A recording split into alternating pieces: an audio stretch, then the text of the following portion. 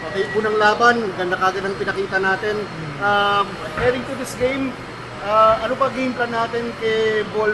Parang ginapaan nyo ba siya? Ano bang, paano nyo siya na parang na-neutralize dito sa game na to? Yun nga, sabi nga ni Coach, wala kaming idea paano namin siya lalaroin. So yun, sa game na lang kami nag-adjust.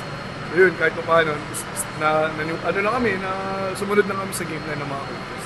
Yun, nakuha namin pa na ano. Kanina parang tipak lang na yung talon natin ha. Ano, sinasagad mo na talaga yun. Oo, kasi wala akong ibang inisip, hindi manalo lang talaga.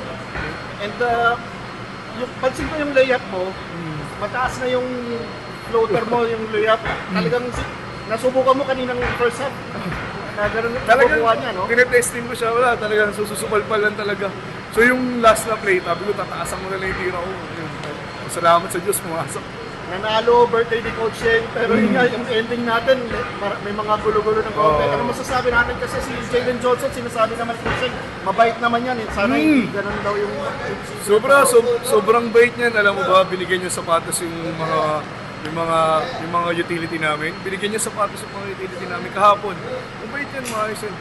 Siguro talagang napikon lang siya kanina. Kasi nakita naman natin si Kubuntin yung unang nagbigay. Siyempre, doon na nangyari. Nangyari naman talaga yun. And kailan next game nyo? This weekend meron? Friday pa, next week pa. So medyo makakapagpahinga ng Pahinga pa, konti. pahinga At muna. ready ba kayo? Maka-import less tayo. Yun nga. Sana, wag naman. Meralco next game namin. Yun. Thank you.